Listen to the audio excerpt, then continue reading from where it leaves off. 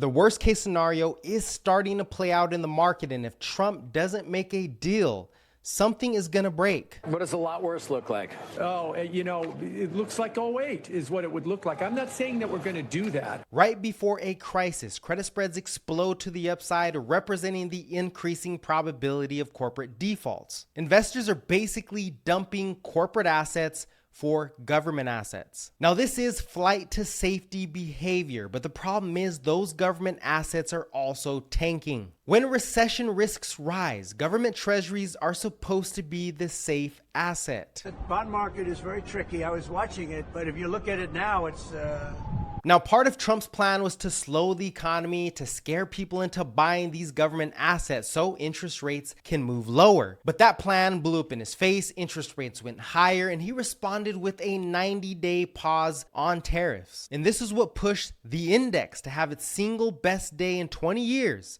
The bull market is back. Except the next day, it turned out to be a giant short squeeze. Short sellers were forced to remove their hedge, the market exploded, but this was not the beginning of a V-shaped recovery. The very next day, we got one of the best inflation reports in years, and the market still couldn't move higher. Inflation is breaking, but the market still couldn't get it up because there are bigger problems. It's about what's coming next, and that's tariff-driven inflation, and that has changed the dynamic. We got a great PPI report after a great CPI report, and we got no movement on the bond market on that.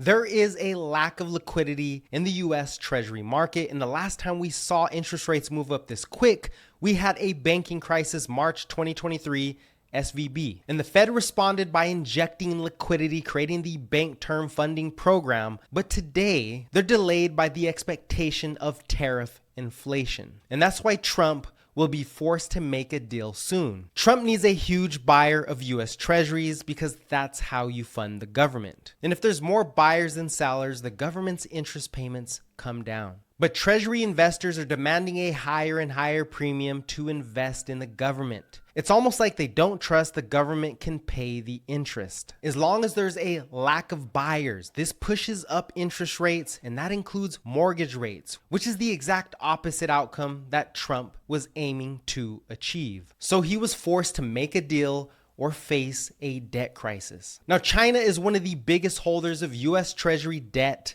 And the word on the street is that China retaliated by dumping their treasuries. We've had a 50 basis point rise in the 30-year right now. And by my records, that's going to be the biggest weekly rise since 1987. And the other theory is that hedge funds simply blew up. See, hedge funds can leverage 99 to 1. So if they blow up, they're basically forced to liquidate their treasury positions, which pushes interest rates higher. So was it hedge funds? Was it China? Probably a mix of both, but either way, Trump is desperate for a new buyer. Jay Powell doesn't control the bond market. Scott Bessent doesn't control the bond market. Wall Street doesn't control the bond market. It is an animal unto itself, and it decides what it wants to do, and it goes where it wants to go. If the bond market starts to have trouble and people stop buying our bonds, everything changes. Now, when there's this much chaos, we usually see the dollar explode because the dollar is the ultimate safe haven asset. But we're not seeing that. The dollar is actually collapsing, and it's not because the Federal Reserve is printing more money. It's more likely somebody is also dumping US dollars. The dollar has been weakening. Normally, when you see big tariff increases, I would have expected the dollar to go up. The fact that the dollar is going down at the same time, I think, lends some more credibility to the story of investor preferences shifting. The threat of inflation has investors dumping pretty much all U.S. collateral. We got stocks down, bonds down, dollars down, oil down, and the only asset moving higher is gold. And if bonds keep selling off for fear of inflation, then something is definitely going to break. And that's why Trump will be forced to make a deal soon. Now, the most underreported good news by far was the inflation reports. Yes, inflation is breaking, and this opens up the Fed to start easing. Now, all Trump has to do is pivot to minimum tariffs, and this would allow inflation to break, the Fed to come in and become the main Treasury purchaser. And when the Fed steps in, everyone wants a piece, and interest rates finally come down. Now, if we've learned anything about Trump's negotiating strategy, it's that he's not stupid enough to cause a global depression. So when he says something crazy, wait for max pain and buy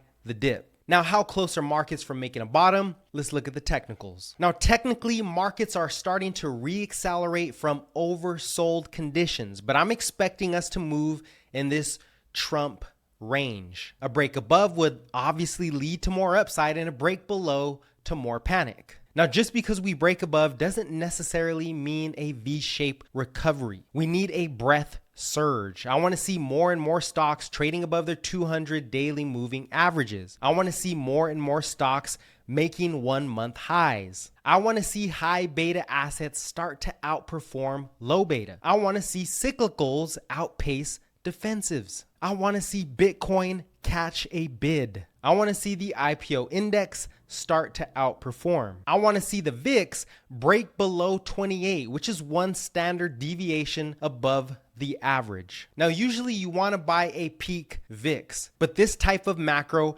has multiple variables. In 2008, the VIX peaked in October, but the market didn't bottom for 5 months later in March. In this case, the market couldn't bottom until the VIX dropped 30, and yet still it was a slow grind higher. The pandemic was the complete opposite, a V-shaped recovery. And that's because inflation collapsed and the Fed stepped in. Trump is taking a gigantic risk. Nobody knows if it's going to actually work out. But what we do know is central banks are panicking. Take a look at this chart. We can see that the global money supply is starting to break to new all-time highs. Because growth is at risk globally, central banks are forced to cut rates and increase money printing. If you're holding out hope that the Fed is going to magically cut rates, that's not going to happen. Why? Because if they did it now, or if they tried to come into the market now, I think they could have a toxic reaction like they did last September. Now, in the US, the Federal Reserve has the biggest gun by far. So they're probably going to wait till May or June before they announce easing. They need to see if the tariffs are transitory. They need to understand the intensity of these tariff policies. At a maximum, tariffs over 100%, the Fed will probably delay further, pushing us into recession faster. But if we get a deal and these tariffs are rolled back to a minimum, the Fed can step in, inflation breaks, and it's off to the races for markets.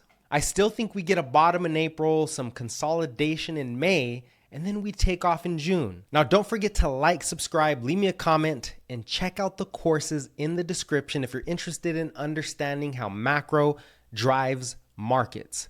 Stay blessed. You cannot manipulate the bond market anywhere you want to go. And I think we found that out this week. If you want to get the yield down, you have to enact policies that the bond market likes. That is, policies that will bring down inflation, and tariffs don't do that. Policies that will, give us better, more efficient non-government growth, and we've just got a gigantic budget deficit right now. And policies that would make people feel that the dollar was more of a safe haven, and we don't have that now either.